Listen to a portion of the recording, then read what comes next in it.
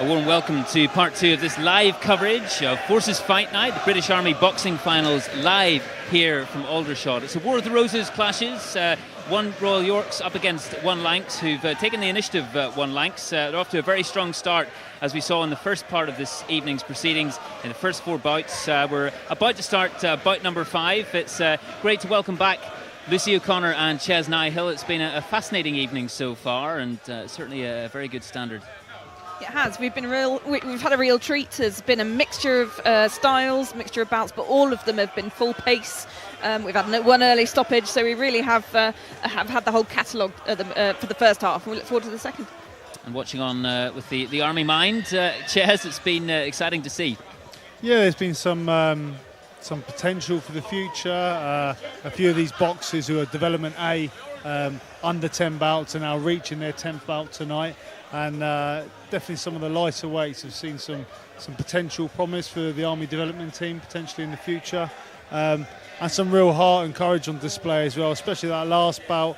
The Lancs have strong start with 3 unanimous wins, but the fourth bout was a split decision win where I did think the Yorkshireman was unlucky, and it was a very good, exciting bout, and he will walk back to his corner proud. And you can hear the Yorks now. They're here for their boxers. So I'm looking forward to the second half. Hearing very good voice, of course, and we've all been able to take a bit of a breather during the interval. But indeed, that raucous atmosphere is starting back up, and it just adds to the occasion, doesn't it, as well? It absolutely does. And I've said it before, but you don't get anything like the Army atmosphere, certainly the Army Championships atmosphere in here. The venue is ideal. The noise reverberates around this arena, and yeah, it's pretty special. And one Royal Yorks with all really to do here, Ches. What will the coaches have been saying to his men at the interval? That they've got to put it all on the line. They need to go out there and, it's going to take something pretty spectacular for them to be able to win tonight. Lancs have got to win one more bout to have the title. They've won 5, so even if the Yorks win 4 bouts after that, they'd have lost the title. So I'm pretty sure there's been some strong chats in the changing room. But as well, the thing is about enjoying it as a boxer. So regardless of if the Lancs come out and win the next bout, every boxer who comes out after that, you need to do your unit proud. Even if the title's lost, you're still boxing for yourself and for your men supporting you, or the battalion supporting you. The team indeed, and Lancs in blue, of course, and Yorks in red. How much of a boost does it give to those Lancs boxers coming out next? We're looking at middleweight category next. How much does that spur you on if you've already got a bit of an advantage after the first part? Well, it can be helpful, or it could go the other way. You know that everyone before you has won, and so the pressure is on you to continue that winning streak. So, but also that momentum, you take the team's momentum, you absorb that kind of team high, and it's got to give you that little boost going into your bout and your fellow boxers that follow you. And it's been an interesting variety of styles through the evening, hasn't it, so far? Yeah, and some boasting different styles in the. In front of us on paper. We've had sluggers, orthodox, southpaws, pressure fighters, they've called themselves. We've had some clash of styles, and styles make fights, but even some of the bouts on paper, we've had a slugger against a southpaw. They've actually both come out and boxed very, very similar, and clashed heads ultimately because of that. Luckily the bout went on, and the bout didn't stop because of the cut, but yeah, there's been different styles, but no styles have clashed that bad that have had a stinker of a bout, so to speak. All the bouts have been good so far. High quality, and indeed, as you can hear that atmosphere building once again. Part 2 just about to get underway here in Aldershot. Who do you think's been in better voice, Yorks or Lancs? Putting you on the spot here, Lucy O'Connor. Well, I think as we sit here at the moment, definitely the Yorks. I think though perhaps the Lancs are just catching the last round in the bar, so I think they'll perhaps they'll certainly match, I would imagine, as soon as the boxing starts. Yeah, the Yorks are on good form here, like. Absolutely, and as we look ahead, we've got the middleweight category next. It's going to be in the red corner for the Yorks, George Noble up against Ryan Wainright for Lancs, hoping to increase that advantage that Lancs have. It's about 4 it is 4 bouts so far that they've won, and we're just awaiting proceedings here, but I think that intensity is not just in the ring, it's certainly being matched as we sit here. You can feel every hit, can't you? Yeah, absolutely. As we go along, we're waiting for sort of Cora drums to do their thing, and that all adds to the excitement, certainly for those spectators, adds to the noise of the spectators, and the boxers, no doubt, are just out the back. You know, they can hear all this going on. They're trying to get their preparations right. They're trying to get their mental state into, you know, into the right balance. Not too nervous, but not, you know, not doing too much in order to drain their legs. So they'll be listening to this, and it will help them certainly boost, get that sort of adrenaline level going. The adrenaline's definitely going to be going, especially when we hear these drums prior to them coming out, whether they're coming out of the losing corner so far or they're coming out of the winning corner. You know, in a minute they're going to be in their own corner. But I'm really looking forward to this middleweight bout coming up. If you look at both the boxers we've got coming in, the Yorkshireman Noble, he's a 12 bouter, which is the most experienced boxer we've had so far tonight. They've all been under 10 bouts. And then we've got Wainright, who's a 10 bouter. So we've got a 12 bouter and a 10 bouter. They've both got good records. They're both going to be bigger punchers, being middleweight. So I'm really looking forward to this middleweight clash. You are, of course, watching live with us on the Forces News YouTube channel. Do keep comments coming in wherever you may be watching around the world as we get underway in part 2.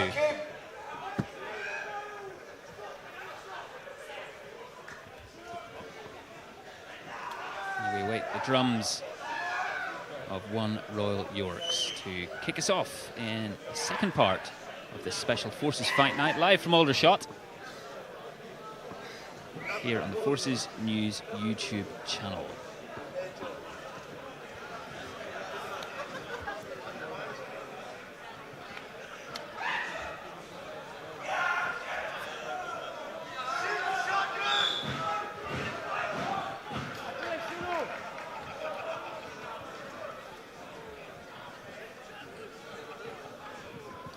Just waiting as everyone comes to take their seats, the VIPs this evening, to be seated. Great position for all this fantastic boxing tonight. Now to hear the volume picking up. And certainly, boxers will be in no doubt as to how much support is out there for them from both sides, and indeed from those of you who are watching online with us on the Forces News YouTube channel. To keep those comments coming in. And Sasha Phillips says, Lanks, Lanks, Lanks. Plenty of support for both Royal Yorks and Lanks as well.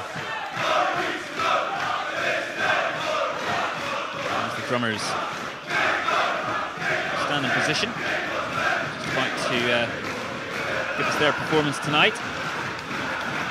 And one of the many things that makes this iconic night special and very memorable indeed. So George Noble, it will be, after this pause for a bit of music.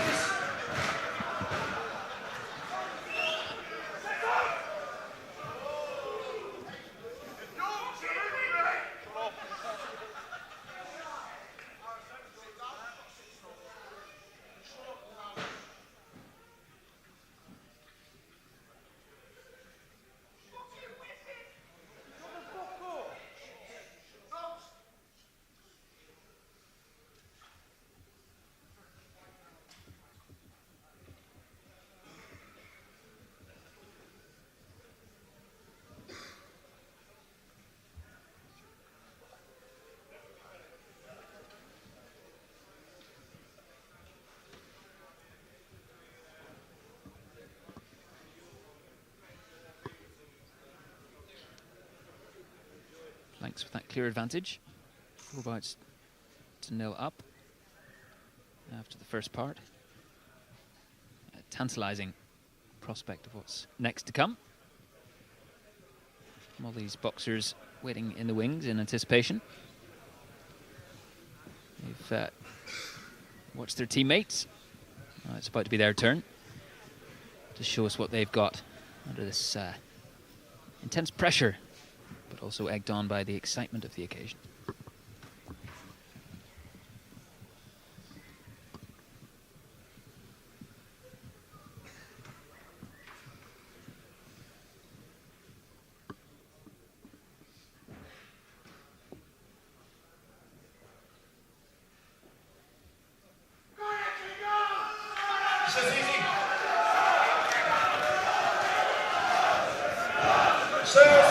Ladies, gentlemen,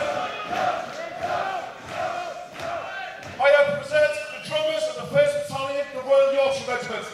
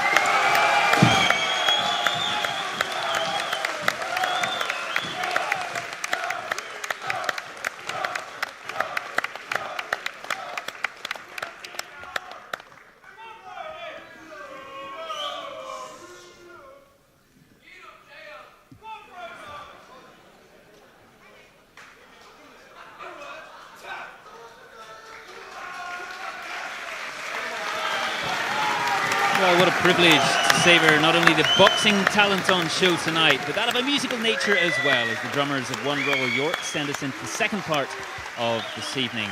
It's certainly a raucous atmosphere here in Aldershot, one you feel continues to build, a wonderful reflection of the intensity of the boxing and indeed the magnitude of the occasion as well. We're about to see the fifth of this evening's bouts. That's the middleweight 75 kg category. The George Noble from One Royal Yorks up against Ryan Wainright of One Lancs.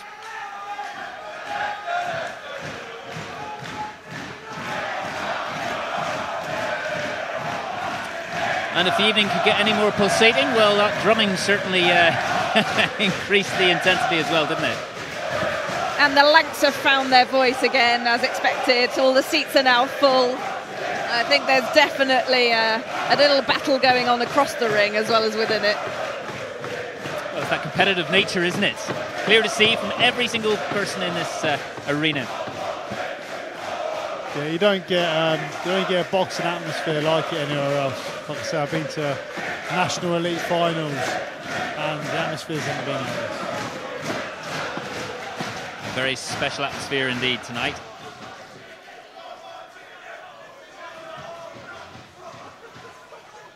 It makes it even more important for these boxers that they're able to add to that with special wins to their name.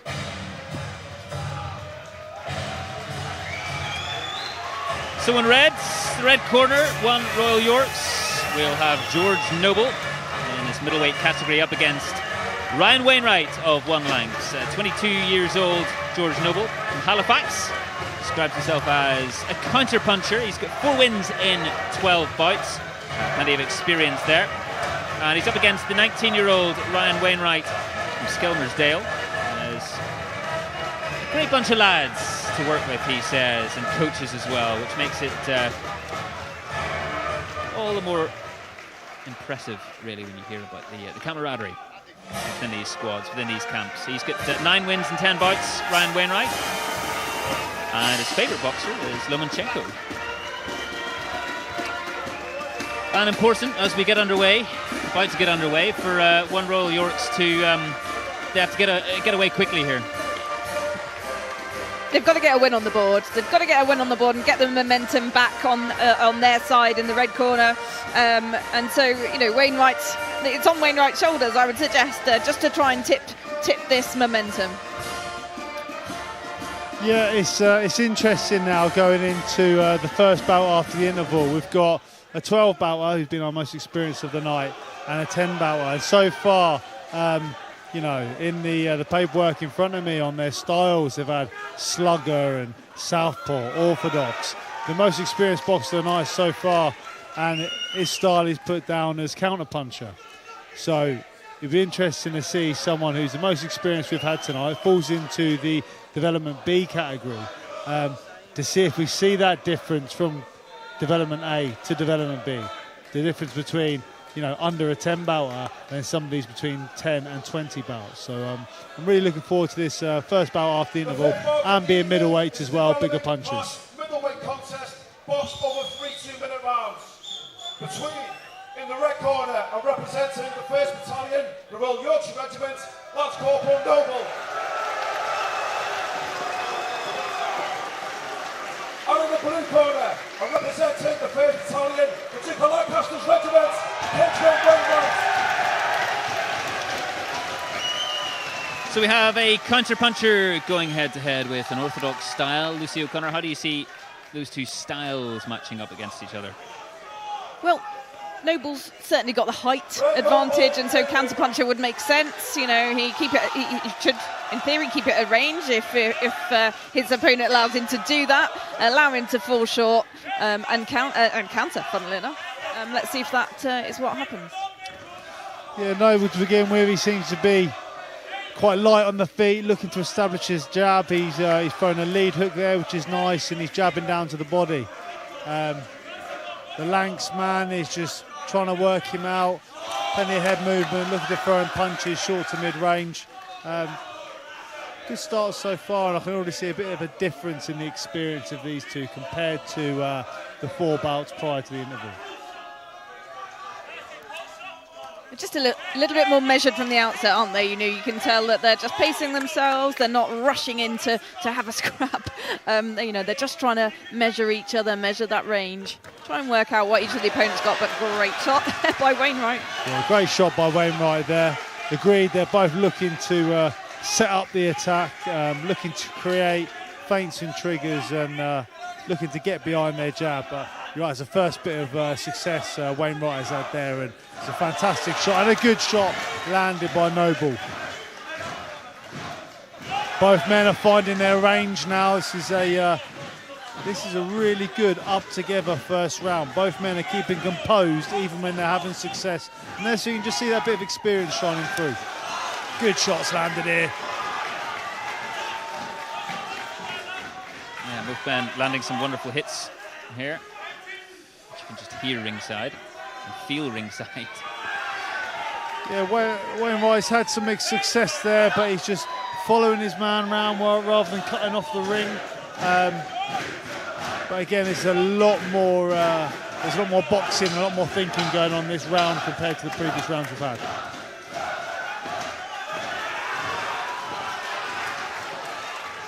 Strong finish here from Wainright. That's the end of round 1 in fight number 5 of this Forces Fight Night, British Army Boxing Finals live from Aldershot. And they always say, no matter what sport it is, as we can see here clearly in the boxing that we've witnessed tonight, extra experience, and you just seem to have that bit much more time really on, out there. I just think, there's composure there. They were trying to work each other out. They're trying to find the gaps. They're trying to, there's a puzzle to be solved on both sides, rather than sort of just going with the kind of raw aggression and raw punching. You can actually see this, the experience and the skill of trying to find the gaps in an opponent's defences, trying to lure them into creating those gaps. And there's a real tactic here, and I think actually Wainright towards the end there just took the space away from Noble and didn't allow him to adopt that counter-punching style. Yeah, agreed. The first round was of two halves, wasn't it? Noble came out, established his jab to begin with. Then the second half of the round, Wainright was having some real success and landing some really eye-catching shots, and having the better say of the exchanges. But again, as you said there, Lucy, both men, they're setting up the attacks, and that's where you can see the difference in experience compared to the bouts we've had so far tonight. Both men are exchanging here. They've both been quite honest here now, standing not in the pocket, but in range, and chins are up in the air. You just need to be careful with that.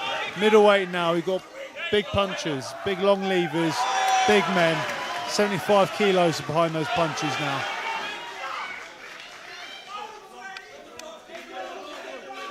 Be careful of head clashes there. We don't need any unnecessary cuts from a butt of heads. Good jab from Noble. Yeah, I think he needs to use that jab just a little bit more. He has that success at long range. Clearly, he's the taller boxer. Wainright, once he's in range, once he's in his own range, then he releases those punches, those combinations. It's very effective. So Noble needs to just, go back to that counter-punching style, keep it long range, and make it really difficult for Wainright to get inside. It's interesting because Noble is, he's boasted the counter-puncher, but actually he seems to be leading, and Wainright is the one who's he's letting a shot come, and then he's dominating, and he's doubling the attack coming forward. And he's got his man on the ropes here. They're both landing, having success, but I'm fancying the Lanks man in this round, who's had a few less fouls, but it's all in it. They're both landing big shots.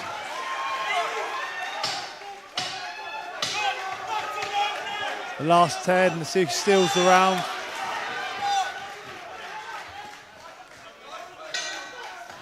Yeah, the end of round 2 there. And you can see the calculation from both men after that initial sort of sizing up and working out their ranges. It's been fairly quick. Strong round from one Lanks in my opinion, and I believe he edged the end of the first.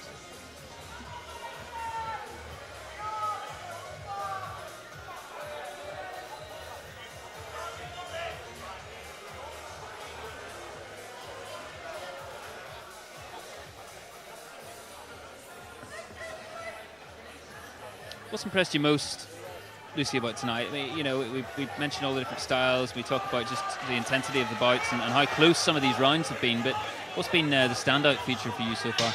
I think the skill level. For some of the early bouts, certainly, we were talking under 5 bouts, and they certainly surpassed that experience in terms of the skill they displayed. Some of the tactics that they employed. There was some really advanced boxing there, put shots together really well. There was great angles, great movement, switching the attack, and also you really kind of really capable boxing styles, and I think that's probably the most impressive thing this evening. And I think it's great for the Army to have so much strength and depth. It is, and it's promising, especially after we had COVID, where sport took a big hit, and now I believe sport is just about starting to get back up on his feet again, back to where it was prior COVID. But as Lucy said there, the first bout, featherweight bout, we've got 2 boxers who've had under 5 bouts each, and he's throwing combinations with a positive defence followed by another combination, throwing a phase of attack like that for boxers who've had under 5 bouts is really impressive. So it's good to see, and this bout has really turned into a bit of a fight now, which is exciting. Both men are wanting it here.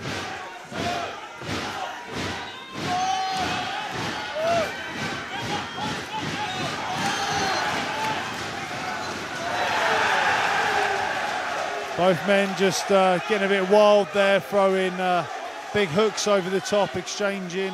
Wainright just losing his feet slightly, not a knockdown, just lost his balance. Both throwing nice jabs. I'd like to see him get behind that jab.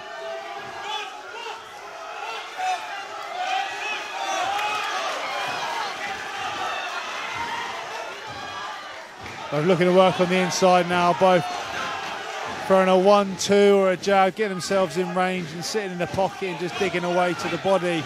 I'd like to see him keep that boxing and keep that long to mid-range.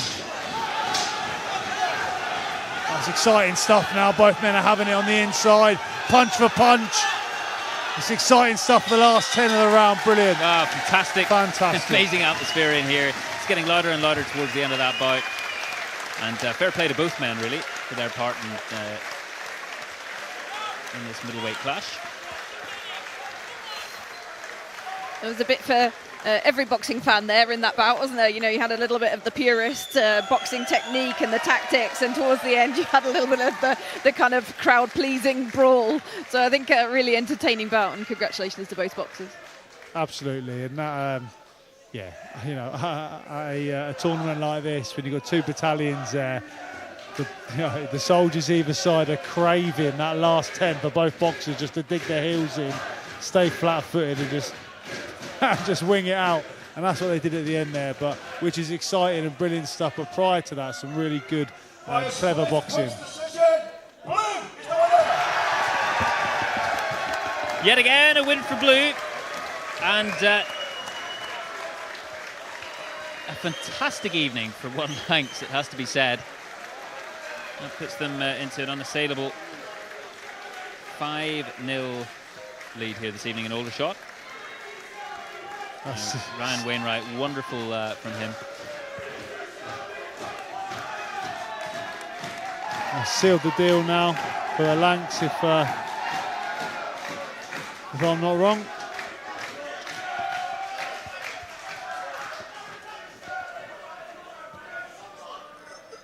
Ryan, I'm not sure if George is making his way round to us. He may well be. We'll just wait for him to get here. So here he comes. Pretty tired and exhausted.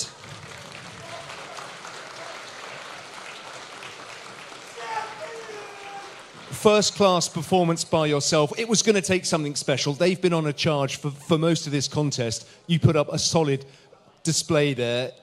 You know, it comes down to points in the end. Didn't quite achieve what you wanted to. It's all right. The better man won on the night. Do you know what I mean? I'll learn and come back again. Very gallant of you to say so. Congratulations to you. You wear your colours with pride. I say, yeah. Congratulations to the Lanks also. There's no hate, do you know what I mean? Fucking all loving it. Cheers, bro. Ryan, you're the lad that's led your team to victory in the Army Championships. You must be absolutely delighted. Try and sum up, if you can, in words, the thoughts and emotions. Yeah, we knew this was going to happen anyway, so we're not really surprised by the results, you know what I mean? Great to see a young boxer with plenty of confidence, but the man that really does stand out for all of you is not just the boxers, it's Joey Benson, your coach. Yeah, 100%. He's put all the time on the build for us. He's missed out on evenings, weekends, just put the time in for us, and look, the hard work paid off, as you can see. Made Units 2024 champions, let's go. You can travel back to Cyprus with the silverware. Congratulations, well done. Nice one, thank you. Well, quite the night so far for One Lanks. I mean, how would you sum that one up?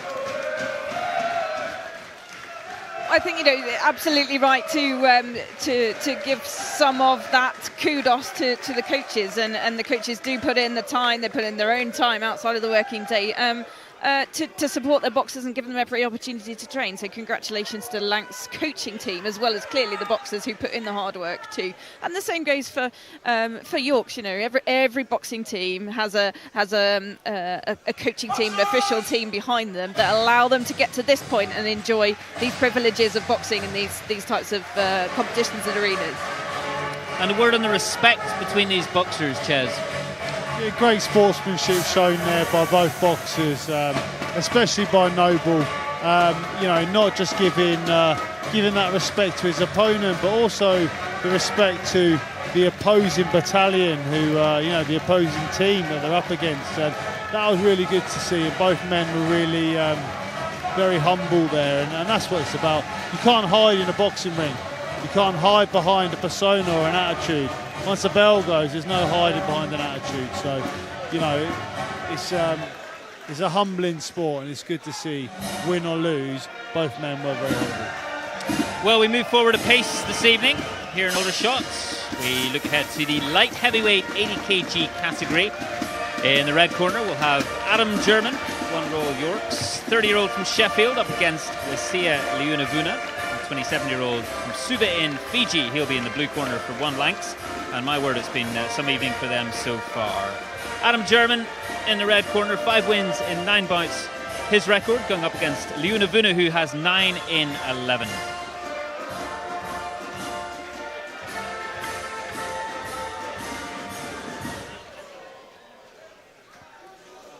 Both men with orthodox styles as well.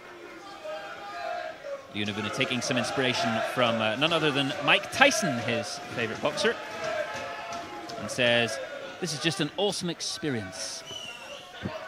We get into the heavyweight realms now, the light heavyweights. Again, as we've got, since the last bout, we've got 2 quite experienced boxers for a competition like this. We've got a 9-bouter in German, and then the man from the Lanks is an 11-bouter. Both sporting pretty good records as well. So I'm excited for this bout. But now we're into the realms of the big punches now. Yep, men get ever bigger through these bouts. Light heavyweight 80 kg category. And for those of you just joining us, it's been quite the evening for one Lanks. Light heavyweight contest, boxed over 3 2-minute rounds. Between, in the red corner, and representing the 1st Battalion, the Royal Yorkshire Regiment, Private German.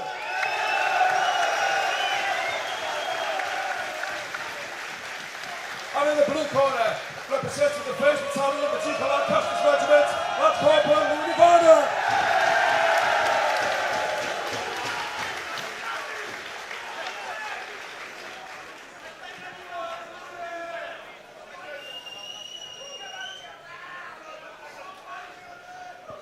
Red German, blue Leunavuna.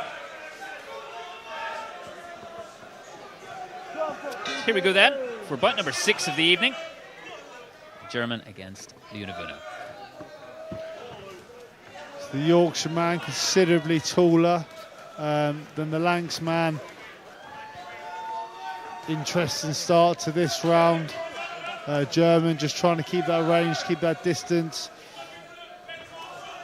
And the Lanks man just charging forward, his hands up, looking to land bent arm shots. I think I can see the Mike Tyson influence here.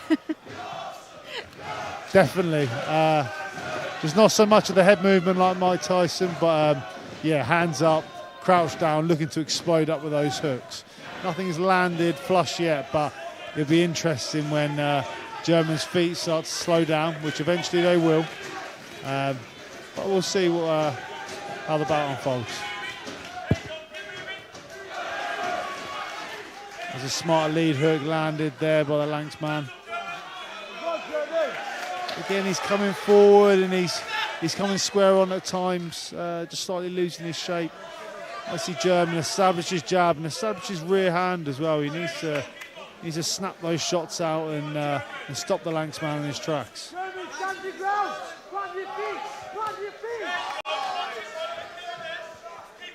German's just got to be mindful of those sort of low hands as well as he moves back closer towards the ropes, and he perhaps closes, he's got less space to move. He perhaps just wants to hold his hands up a little bit because that Leunavuna's just going to launch those big hooks. Absolutely, and it's not just his hands being low, he's crouching down to the Lanks man's level, and it's not just his lead hand being down, both his hands are down, his chin's up in the air, which is obviously asking for trouble.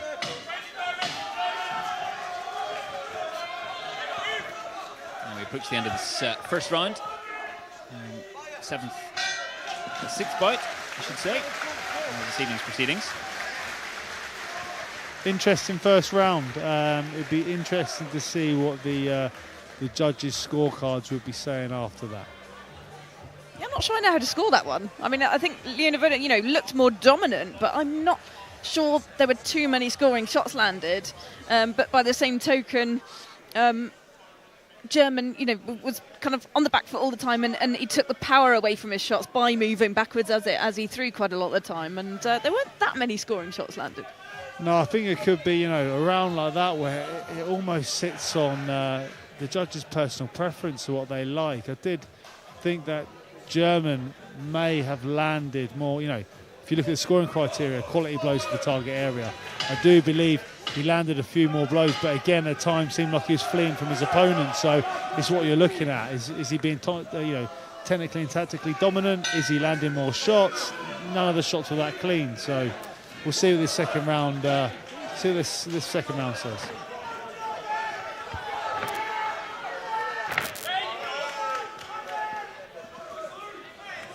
In the Lanksman looking to chase the Yorkshireman. The Yorkshireman's trying to get his work off, but his hands are dangerously low. I could just see him catching one of these lead hooks in a minute. Yeah, he took a shot there on the chin. Didn't seem to faze the Yorkshireman, but you don't need to be testing your chin unnecessarily.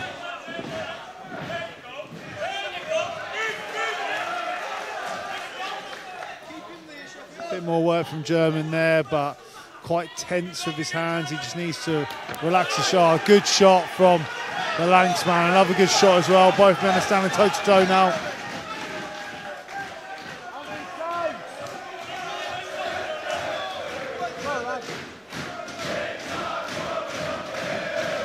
This is going to come down to kind of engine as well, I think. There's to be walked down constantly and having to find those angles and having to use your feet is actually exhausting, as well as having to throw punches at the same time. It'd be interesting to see, if German can maintain the kind of footwork that he's currently showing. It is, and actually, just as I was thinking it, I'd like to see German, throw a jab or pop the jab out and let an uppercut come in, because the one Lanksman has something come down so low. And with that, he did throw an uppercut, and it landed, but he's only thrown one. It didn't seem to stop the Lanksman in his track, but he's open to that shot.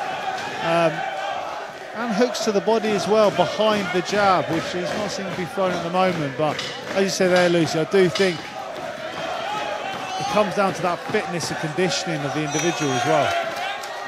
Well, those here in support of Lanks and Yorks tonight, trying to gee the boxers up as much as they can. Plenty of noise here, of course, as it should be on this Forces Fight Night. Wonderful evening, and it's great to have you all with us on the Forces News YouTube channel as well.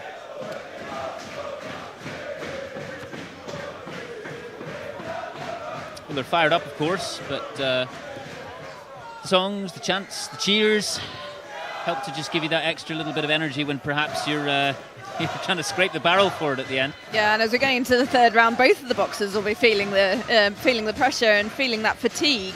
And certainly as they stand up off their stool for the final time, they'll be feeling it in their legs. And that noise from either side of this arena will just keep them going and give them that little extra boost that they need for the last 2 minutes.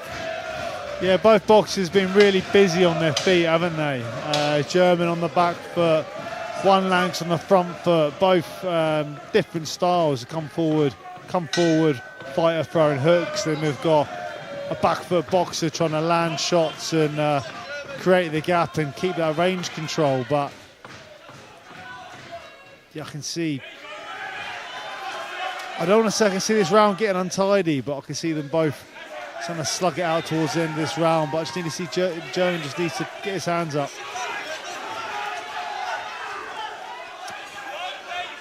Low hands in the face of some of those Leonivuna shots. Taking inspiration from Mike Tyson, as you say. Hands.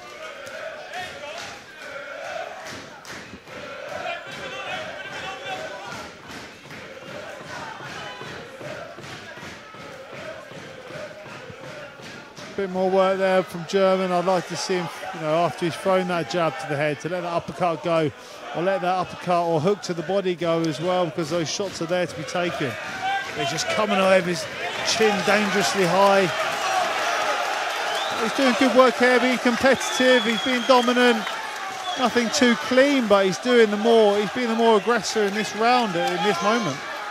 He's getting Luna-Vuna into a corner here and landing some shots of his own German. The man from One Royal Yorks. This is better work here by German. He's upping the pace in this round. He's been a lot more busier. He's got his man in the corner now. He's throwing better. Oh, brilliant. Very impressive stuff there. He's outworked his man. He's completely outworked his opponent there. And there could be a real turn of the tides here. Potential momentum shift, Lucy. Yeah, absolutely. And he's, German's just dominated the latter half of this round, and perhaps that'll be enough to swing the judge's decision in his favour. Or he's left it too late. Well, it's fascinating to try and call it. This light heavyweight clash.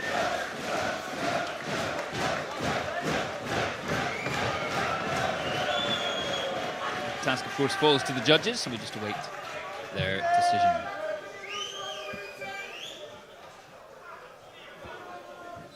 Regardless of what decisions come, I think German's enjoying it, playing up to the crowd and his battalion watching on.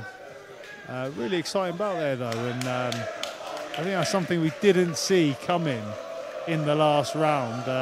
If anyone was putting bets on, I think we're seeing if there was a standing 8 coming, it might have been the other way, but it wasn't, and that just showed the determination and the persistence of throwing punches in bunches and not stopping.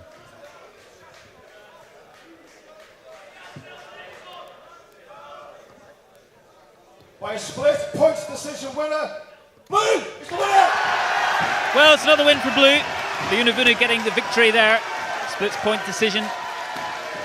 And he's savouring the moment, but has plenty of time for his opponent too, which is lovely to see.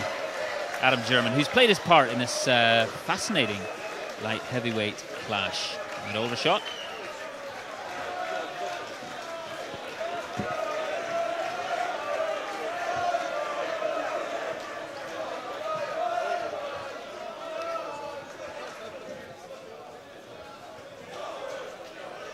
Well, we've been treated, haven't we? We've been very lucky with what we've seen so far.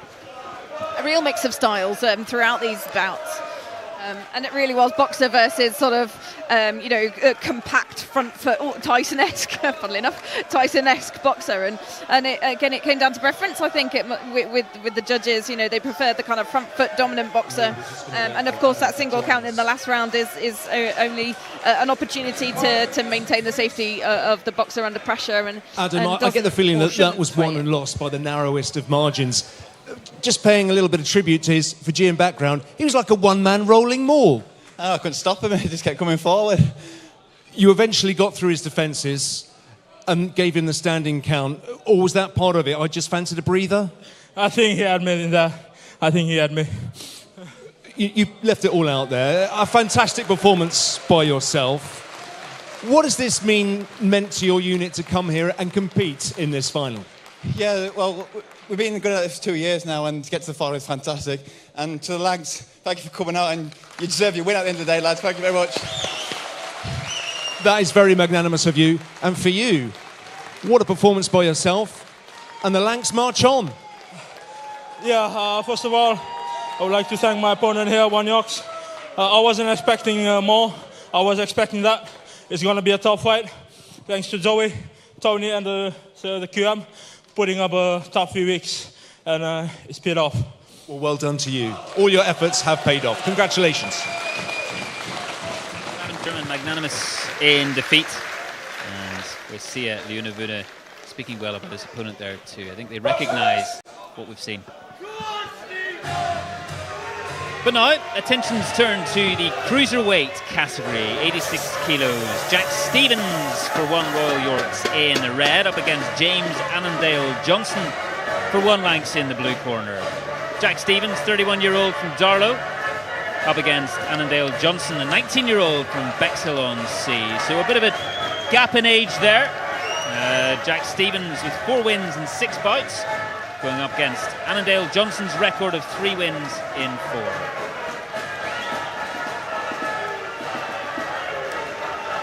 Stevens describes himself as something of a slugger, going up against the orthodox style of Annandale Johnson.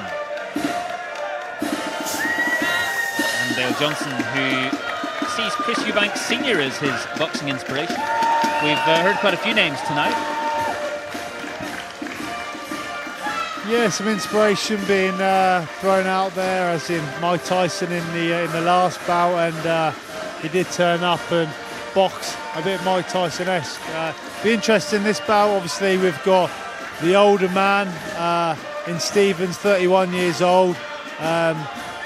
Says his style is slugger, and then we've got Johnson, and he's coming out orthodox, and he's 19. So it'll be interesting to see the youth versus the older slugger, and see what they're both saying. The so-called youth Annandale Johnson saying he's so much pride tonight, representing One Lancs. Well, he'll be desperate, of course, to prolong that record they have this evening. Unbeaten, the blue corner. Nice Jack shots. Stevens stop him in his tracks. Socks are decent. I'm liking that. The man is confident.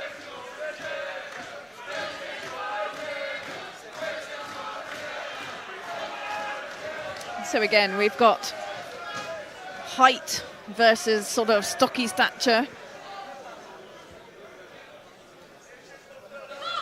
This will be another interesting contest. The seventh bout of the evening is a development class cruiserweight contest boxed over 3 2-minute rounds between, in the red corner and representing the 1st Battalion, the Yorkshire Regiment, Colton Stevens.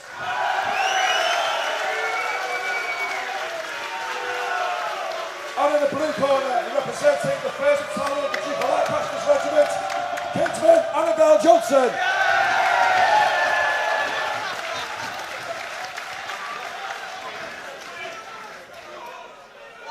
I'm liking Annandale Johnson already. Seems confident. I'm liking his socks. I like the way he conducted himself, and his name was called out there. And then we got Stevens, the older cruiserweight, slightly shorter, and fancies himself as a slugger. So it'll be interesting to see what tale this bout tells. You'll be buying a pair of those pink socks soon, Chaz.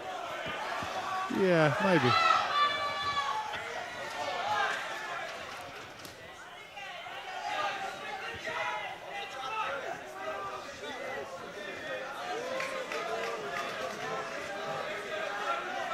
Very light-footed, the Lancs man.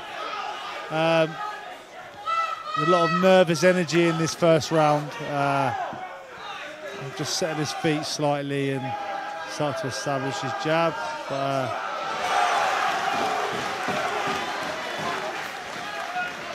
both men their styles slightly clashing now.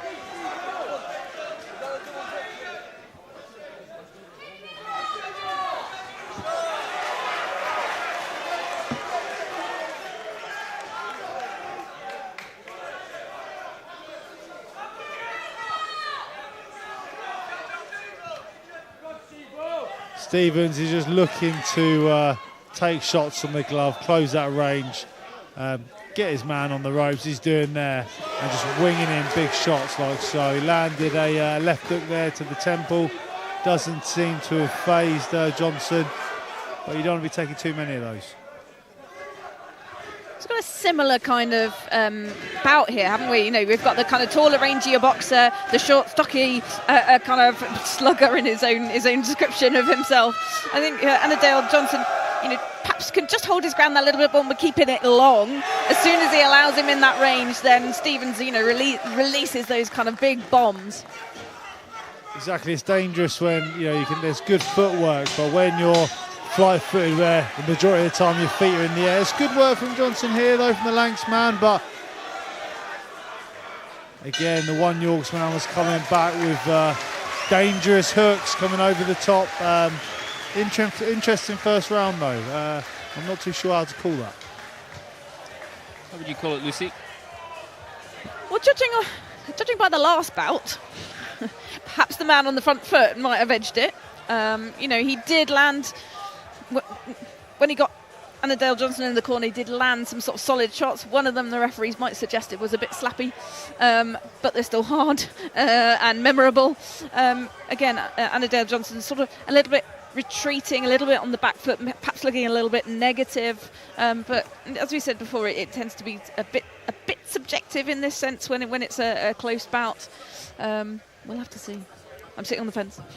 Yeah, boxing on the back foot, you need to be really assertive and clean with your shots. You need to be winning the exchanges. If you both land, if you're both having the same success, but you seem to be fleeing on the back foot and you're losing your shape whilst doing so, in my eyes, and being a judging official myself, I'll be favouring the man on the front foot if they're both landing the same amount of quality blows. Good use of the jab there by Stevens, actually, and he got himself into range behind those shots. Lovely double jab. More of that, I think, from Stevens, just to help him get in that range. Definitely, rather than just charging forward and taking shots in the glove, actually getting behind his jab, getting his work off that jab. And Annandale Johnson there as well. I'd like him to not go flat-footed, but he's losing his shape when his feet are up in the air. But he's having a bit of success at times. But I just think it's a bit dangerous against a big, or should I say a short, but somebody who looks like can pack a punch and throw big hooks over the top.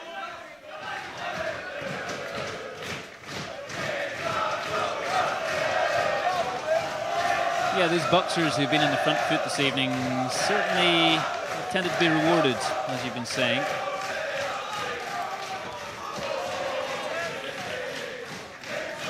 Annandale Johnson is having success when Stevens is coming in, throwing those wide hooks to the body. Again, he's throwing them there. I'd like to see him establish his jab and his rear hand to the head more. He's just retreating there into the corner with his chin up in the air, crossing his feet over sometimes as he throws shots. You just need to be careful with that, especially with Stevens looking to throw big hooks from the hip area. And of course, as you're throwing moving backwards, you lose that ability to plant your feet and generate that power and really have that contact with the floor to kind of discourage your opponent from coming towards you. So actually, if you don't have that power, it gives your opponent more confidence to walk through those shots in order to land your own. Absolutely. If it's just an arm shot, like you said, they're loose, you've lost that point of contact with the floor. Boxing mechanics, the power is generated from the floor, foot, hip and shoulder, isn't it? Through to extended arm to the fist. If you're in mid-flight and you're just pouring out a jab, it's essentially just an arm shot and there's nothing in it. And somebody like Stevens, he's just going to charge through those shots and look for big hooks over the top. And if you're mid-air, if your chin up in the air, that can result in success for Stevens.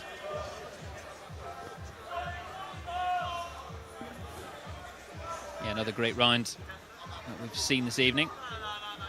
Both men just having a bit of a breather and chatting to their coaching teams. Jack Stevens and James Annandale Johnson. Will we see another Lanks win? It's been a sort of a sea of blue this evening. One Lanks taking each of the bouts. Will one Royal Yorks have something to say about that? Let's end of the final round.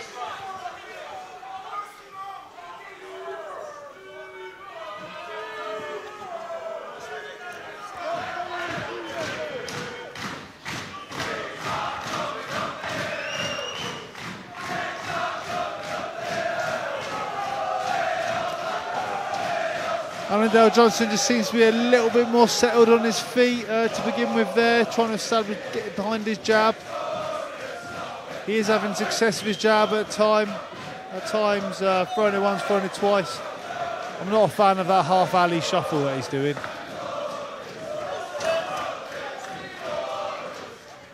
Yeah, interesting footwork there, that's for sure.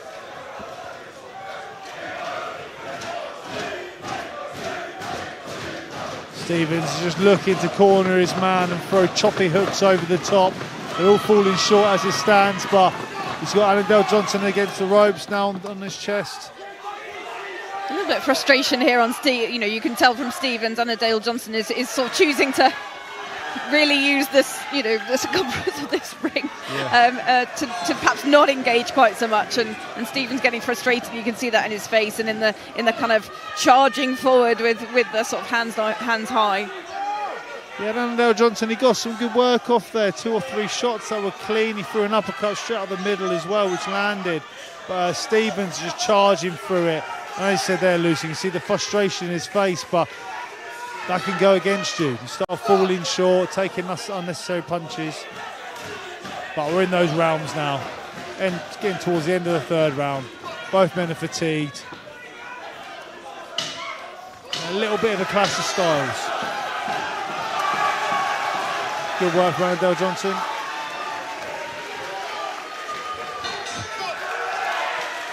And there we have it, another fascinating bout. These 2 cruiserweights putting on a show here in Aldershot. Utterly exhausted as well, as one might expect they should be. Again, both boxers leaving everything in there, as you would expect. Not sure what happened just at the end there. I don't know whether Stevens just got caught and perhaps stunned. He seemed to sort of stop him in his tracks, and Annandale Johnson just managed to sort of finish on a good flurry there. So whether that's enough to tip the balance, who knows?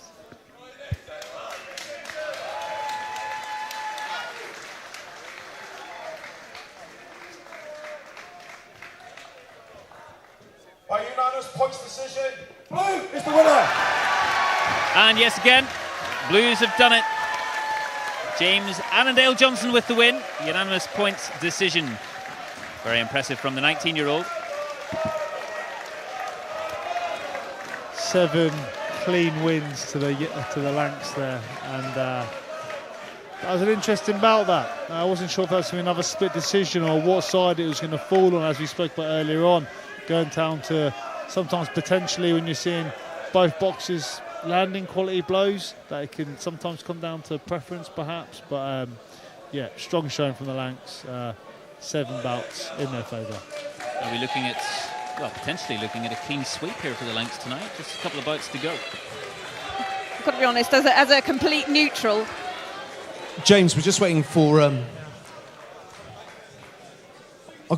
I've got to compliment you on your colour of socks. Oh, thank you, yeah.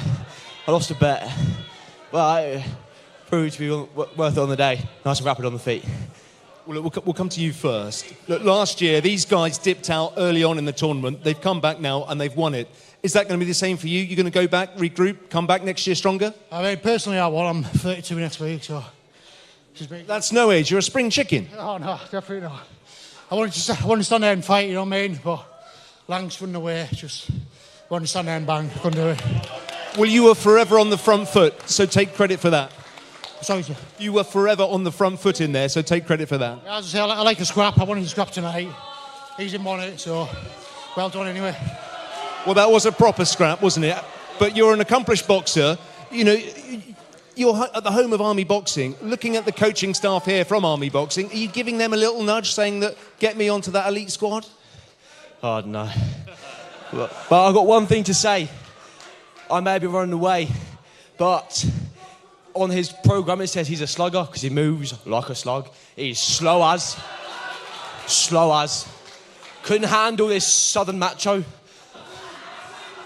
Well, I'm glad you've got that out of your system. Well done to you. Congratulations. Cheers. Yeah, not so humble with victory there. And that's all I'll say on that. Well, 7 wins there for the Blues. And Annandale Johnson reminding us that he indeed was the victor there. As we look ahead to the heavyweights, heavyweight 92 kg category, we've got Tyler Mullins up against Kini Valami Rototagane. And my word, this is shaping up to be a very, very interesting ending. 7-0 to the Lanks. The Orcs are going to be scrambling here to pull back 1 or 2 if they can. Tyler Mullins, the 35-year-old from Hull, up against Rocco Tigane, the 24-year-old from Puravao in Fiji. Mullins, who describes himself as a slugger, another boxer this evening who describes himself as a slugger, up against Rocco Tigane, Mullins with 2 wins in 5 bouts. Rocco Degani 7 wins in 8 bouts. Rocco Degani also, who takes his inspiration from AJ, and I'm not talking about Annandale Johnson, I'm talking about Anthony Joshua.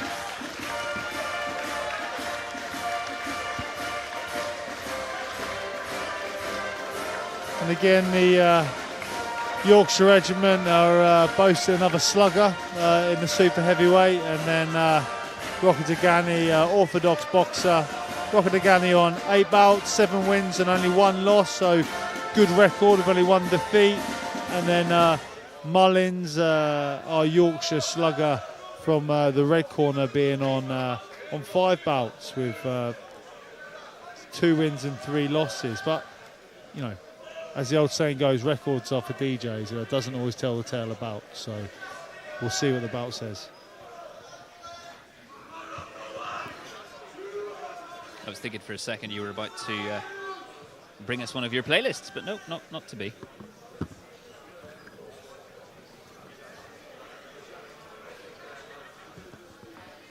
It's Tyler Mullins in the red corner of 1 Royal Yorks up against Kini Viliami Rocco Degani in the blue, 1 Lancs. It's 8th bout tonight, heavyweight clash. And the British Army boxing finals live on Forces News YouTube.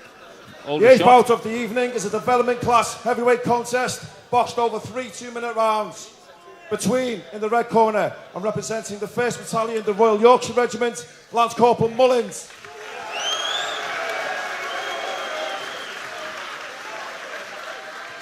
And in the blue corner, representing the 1st Battalion, the Duke of Lancaster's Regiment, Kingsman Rocco.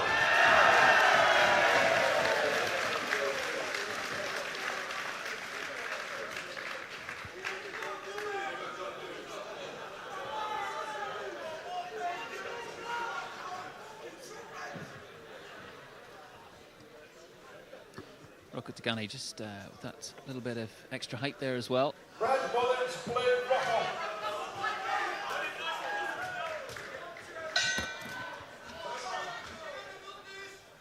And we're underway in the first round of this 8th bout tonight.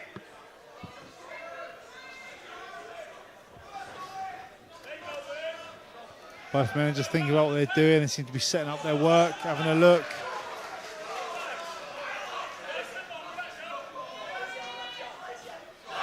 Two clean rear hands in a row by the 1 Lancs man.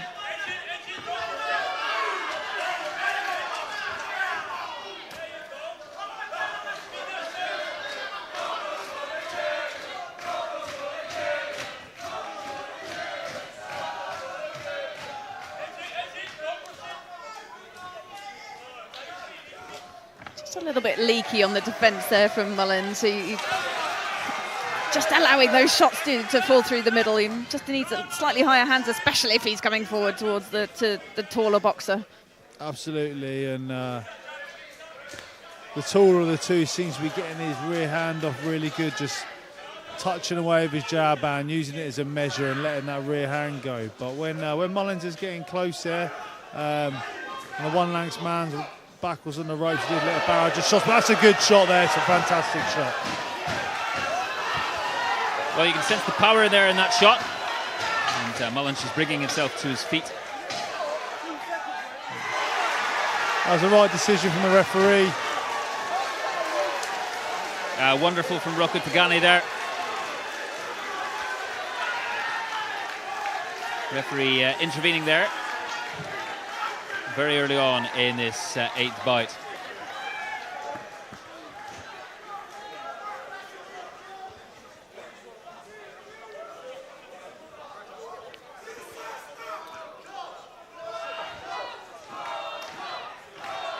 So a little bit of drama here. It appears that the referee, certainly from my position, had called a stop, and Rocco Degani had caught Mullins after the referee's instruction. Hence, we're having a little bit of a debate here, and of course the shot that he caught him with put him on the floor. So there may be some difficult decisions and controversy here. If it was an illegal blow and stop was called from the referee, then that should be a loss to the Lancs man, without a doubt. The judges have big calls here to make.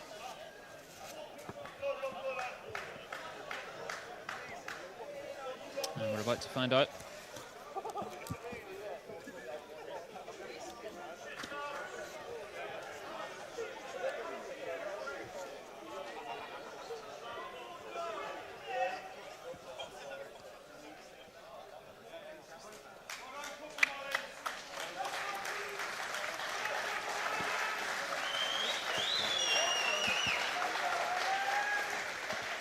By disqualification, Red is the winner. Well, it's a win for Red. Disqualification. And they get one on the board. Not as they, I'm sure, would have anticipated, but certainly you've got to play to the referee there. I don't think it was a malicious, it wasn't malicious, it wasn't mindful. I think you're just in the moment. Sometimes, you're mid-throw and perhaps you didn't hear the stop, or you're in your own kind of your head and that adrenaline is going. I'm pretty sure there was nothing malicious there. It was just in the flow of the boxing. So it's, the third man in the fight, so to speak. The third man in the ring, in the bout, is the referee. And he's got his boots on the ground, so to speak, and he's in that with him, and he knows what's going on. So if he's deemed it, that's the way it is. I respect H absolutely. Very experienced referee and official, has officiated me many a times over the years, and if that's the call he's made, then I respect that. Yeah, it's the officials who make the calls, and the rest of us who abide by those calls. And well, we're 8 done now. 1 to go, and it's the super heavyweight clash. We have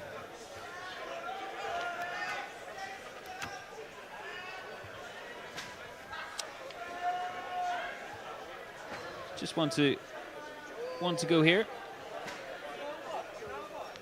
And we've seen some incredible stuff this evening. It's been an amazing show of boxing from the One Lancs and the One Royal Yorks lads. And both teams having worked so hard to get here tonight. And all the boxers leaving nothing out there, as we've been saying. And we've been building up the weight categories. And you can just feel those hits, those shots, even more with the heavier man, can't you?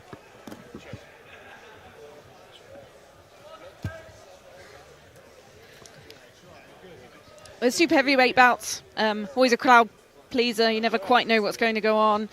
Big boxers, big gentlemen in there throwing big heavy punches. Anything could happen, and always an exciting way to finish the evening. It's the way it's got to go, right? You've got to keep building up and get to the 100 kg stuff at the very end. These British Army boxing finals. And it's been wonderful having you with us through the evening on Forces News YouTube. So keep those comments coming in. We've seen plenty of support for both sides. One Royal Yorks in red, of course, and One Lancs in blue. So the super heavyweight category, 100 kg clash. Lloyd Kinnersley for One Royal Yorks in red, going up against Archie Spate for One Lancs in blue. Lloyd Kinnersley, the 31-year-old from Hull, another slugger, or so he says. And Archie Spate, 20 years old from back up. And interesting looking at the two records as well. 4 wins and 6 bouts for Kinnersley, and 3 wins and 5 for Archie Spate. Archie Spate, who is another man who's talking about the great pride of representing tonight, and Tyson Fury is his boxing inspiration.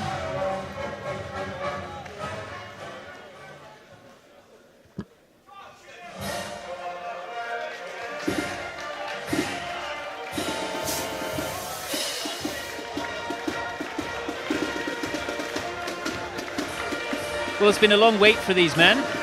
You know, the whole way through the evening, they've seen their teammates do the business in the ring. What are the different ways that some of these guys might be preparing, Ches, as they try to keep their focus? I've been there many times. You know, the super heavyweights, the heavyweights that go on last. I boxed 3 years on the Army team as heavyweight, 3 years as super heavyweight. always the last bout of the night. So you're hearing the crowd, you're hearing the roars, you know, the nerves are there, but it's just about composing yourself and trying to stay as relaxed as possible, not burning off any unnecessary energy before going in. But again, every box is different. But yeah, you don't want to be bouncing around like a lunatic for an hour in the change rooms before you're coming out, that's for sure. Perhaps having a nap and oversleeping, if you're that chilled. Absolutely.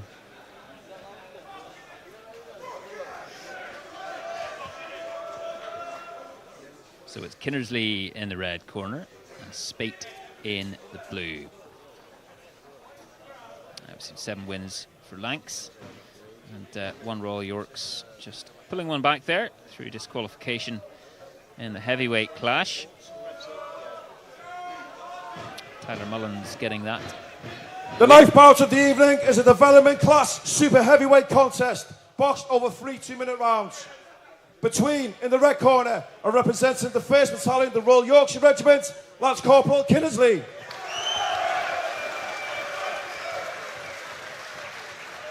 And in the blue corner, and representing the 1st Battalion, the Duke of Lancaster's Regiment, Cageman Spate.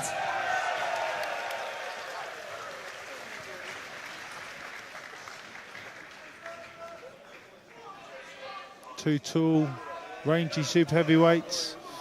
It's like both men are of similar height. There's no real reach advantage on from where we're sitting. Red Kinnersley, blue Spate. And once again, we have a slugger against an orthodox style.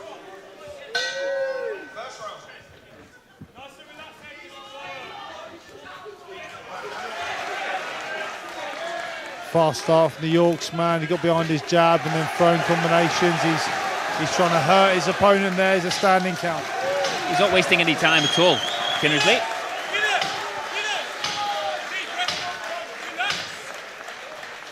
Spate will use this tiny break to regroup. Carnell Brown there in the corner telling his man to relax, to breathe, but he's come out again. He's throwing big shots. So Warren for slapping with the inside of the glove, but they're back at it now.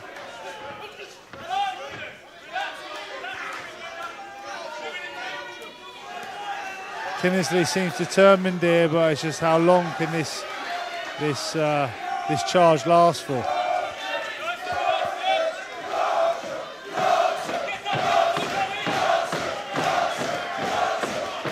Resounding chants of Yorkshire, Yorkshire from the 1 Royal Yorks support. Spate's got to throw something back, otherwise he's inviting the referee to step in. He is, yeah. He's not throwing anything back there, and Kinnersley is really on the front foot, and he is getting behind his straight shots first. He's throwing his jab, and then he's letting these barrage of different shots. That's a fantastic uppercut there.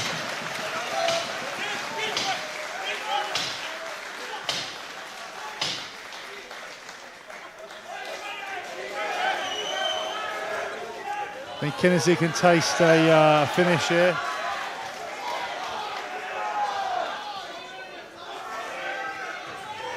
The one Lanks man is doing a bit more now. He's throwing some punches, but again, he's back on the ropes in the corner.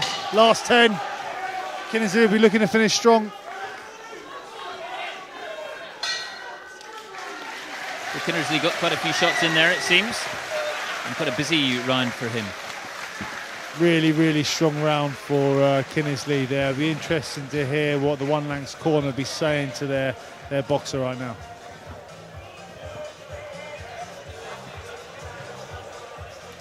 Spate had a little bit of success there when he actually threw those straight shots. He held his feet, threw the straight shots, kept Kinnersley at bay, and he landed a few shots. It's just that he went back into his kind of nice tight guard and on the back foot and invited Kinnersley back in to throw those combinations and put that pressure back on. Exactly, he gave Kinnersley that space, didn't he? He's got, he's big and tall, got big long arms, but he's retreated onto the ropes, tight guard, and just stood there taking his shots. And Kinnersley has just let everything go, and it paid off. We'll see what he's saying this round if either boxers come out with different tactics. Here they come. Round 2 underway in this final bout. And all the shots. Spite is trying to get behind his jab now. I'd like to see him assert his jab a bit more and put a bit of sting behind it.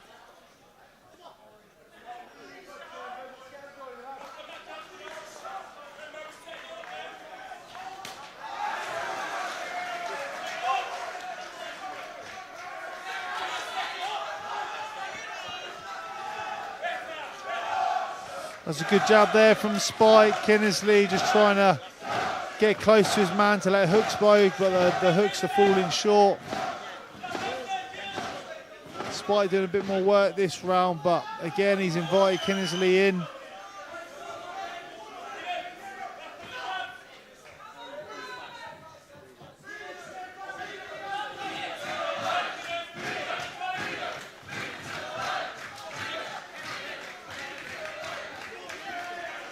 Kinnersley chipping away there as both men are on the inside. Spy holding on.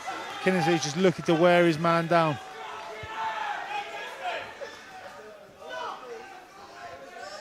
Seen a slowing in pace by Kinnersley. He's not throwing quite as many punches. Perhaps he got a little overexcited in the first round and has sort of blown himself out just a little bit. And he's giving Spate the opportunity to get back in here, I think.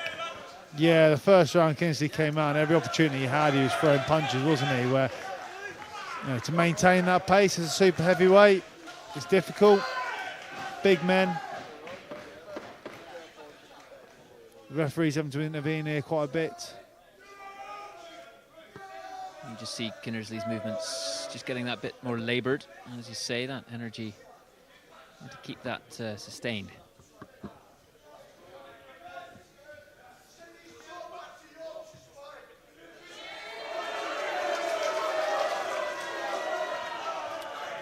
The label coming off the glove there. The coach has ripped that off, and both men are back to it.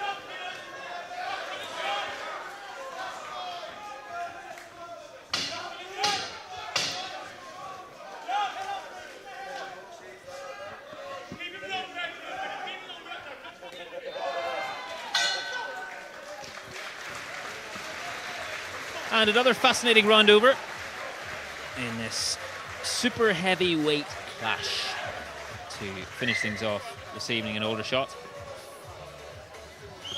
That was a better round for the Lancs man.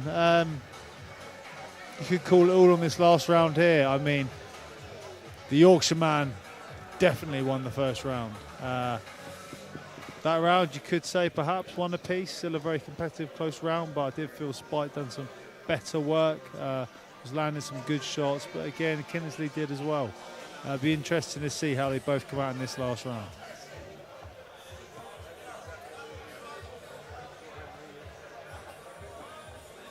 The last bout of the night, the last round, two super heavyweights. See what they're saying. Here we go. With the final time, the boxers converge in the middle of the ring.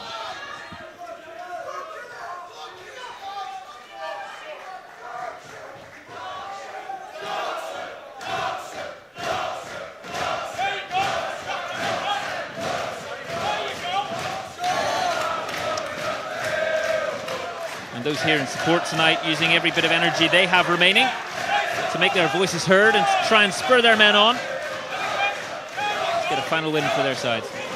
There's better boxers here. There's better boxing here from both boxers. They should be careful with their head clashes now, but prior to that, they're both putting their shots together. They're working in phases.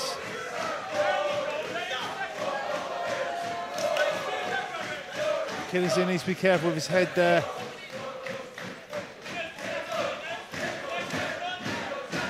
Much more assertive by Spate. He's holding that centre of the ring there and leading off with a bit more spike behind those jabs. Yeah, and I just wish he had a bit more confidence in that first round with that jab, because I feel, he's got someone like Kinnersley charging forward, but you're a big 90 to 100 kg plus super heavyweight. He's put a bit of dig behind that jab and a bit of pressure off the back foot. It's going to stop someone in their tracks, or at least it's going to deter them from that charge.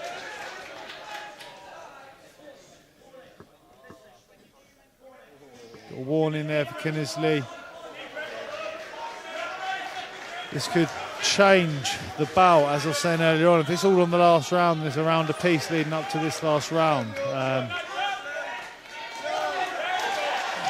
Good work here from both boxers. I'd like to see them have a clean finish.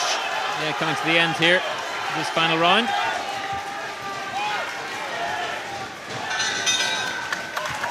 And there we have it. Good work from both men. Putting it all on the line in that last 10, pleasing the crowd.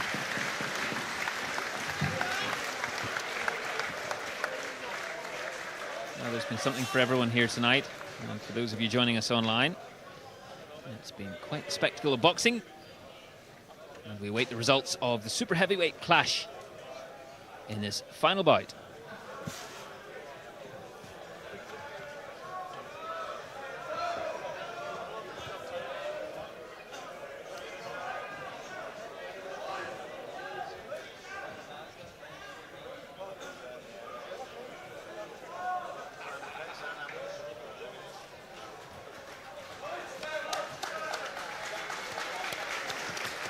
By a split points decision, Red is the winner.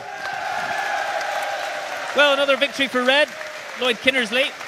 We were saying it was rather tough to call there towards the end, but One Royal Yorks be delighted to get a couple of wins there in the end after a surging performance from One Lanks in blue, winning the first 7 bouts, but the last 2 going to One Royal Yorks. So, well, it's been a special evening, and we've watched some very special stuff, Lucy.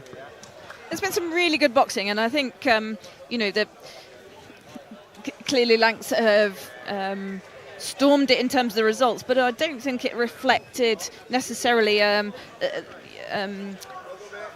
dominance in the ring as such. I think there've actually been some really fair bouts, some really well-matched, well-contested bouts, and I think we've been treated to lots of different styles this evening, and I think there's a lot of talent coming through, and look forward to seeing them in the future.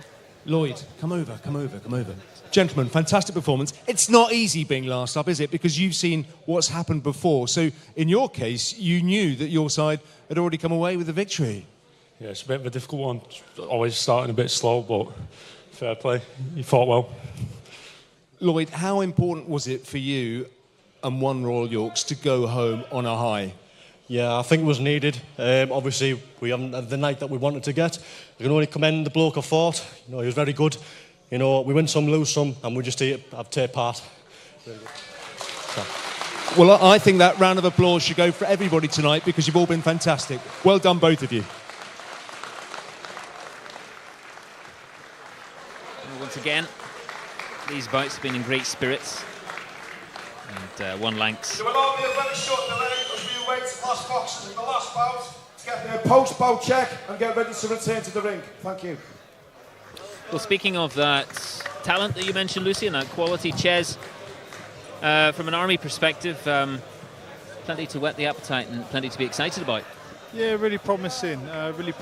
Some there's a few standout there in the heavier weights and the lighter weights, and as Lucy said, regardless of the end result, that didn't tell the true tale of the night, because a lot of bouts were very, very close. And were competitive throughout, right up until the last 10, and it was all on who's going to steal the last exchange or the last shot of each round. A unanimous decision doesn't mean that somebody got beat very, very convincingly. It just means all the judges decide the same. And when it is a split decision, some judges have disagreed. One judge has gone for and one judge hasn't. Which is, when you think about that, you've got all very experienced judges here. That's flip of the coin stuff.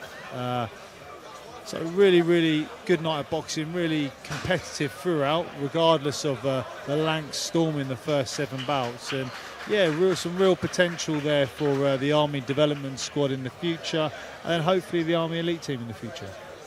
How much will it improve these boxers as well, particularly those who are less experienced, to be playing in front of this audience and with this atmosphere? I think it gives them the opportunity to to perform in a really high pressure situation. You know, you've got the very vocal crowd and they're representing their regiment. I think there's a huge amount of pressure there that you put on yourself to perform for yourself, for your coaches, for your regiment. And I think it's that you can only get better at that when you do more of it. And I think this is an ideal opportunity to practice managing that pressure.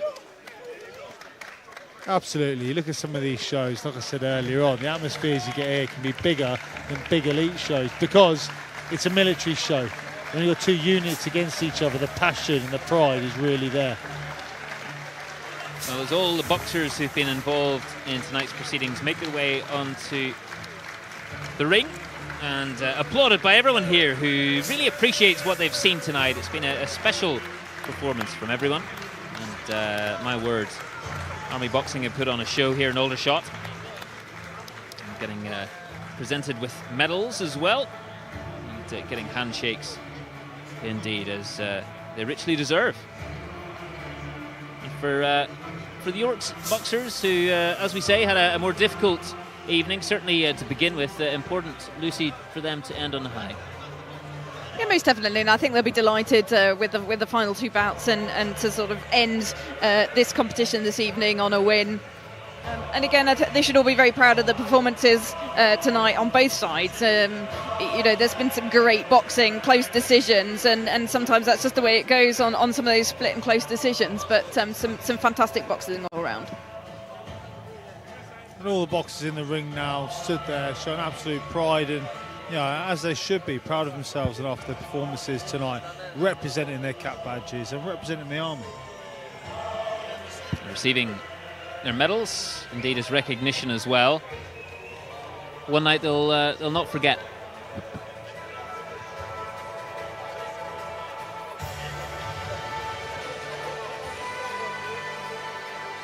And the boxers full of smiles here as they look at their medals, and standing beside their comrades. They've left nothing out there. They get everything on the line tonight for their teams, and a nice touch at the end to recognise everything they've done. Both regiments, both sides, I should say. One Lancs, one Royal Yorks.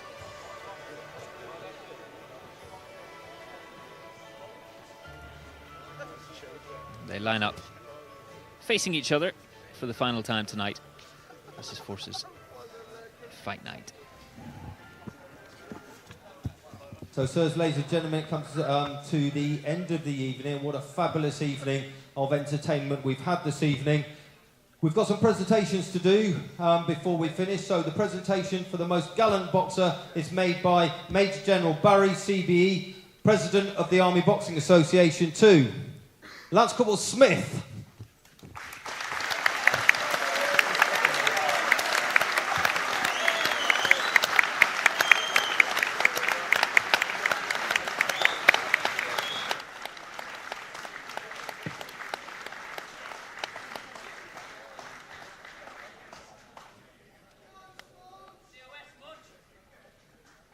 The presentation for the best boxer of the evening is made by Mr. David Morland, representing Babcock International, our sponsors of the event this evening, and it goes to Kingsman Whitby.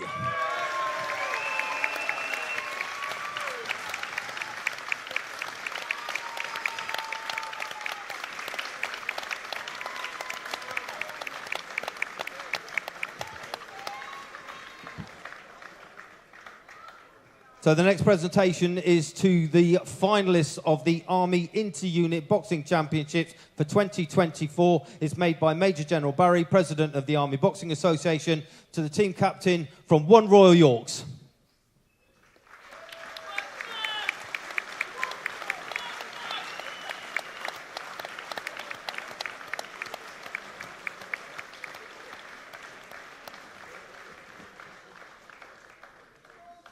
So our final presentation of the evening is to the winners of the Army Inter-Unit Boxing Championships for 2024, made by Mr. David Morland, representing Babcock International, to the team captain from 1st Battalion, the Duke of Lancaster's Regiment.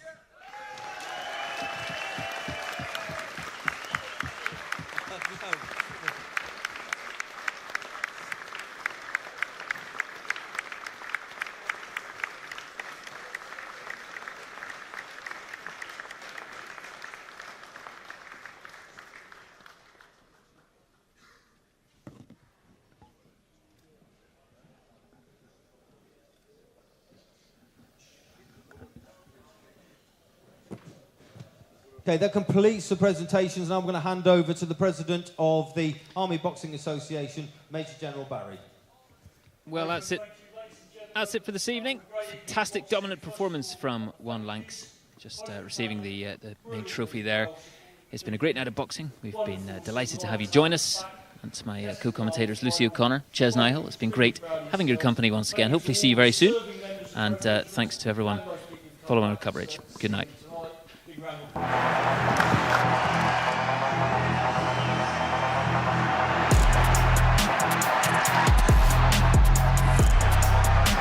Catch every kick. She's wriggled away. Every big tackle. She is over for the first try of this match. Every scoring try. Driving for the line. And she's over. Every unforgettable moment.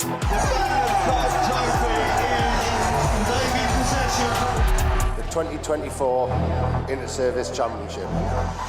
Everything in the Inter-Services Garden is blooming red. Live on Forces News, YouTube and BFBS.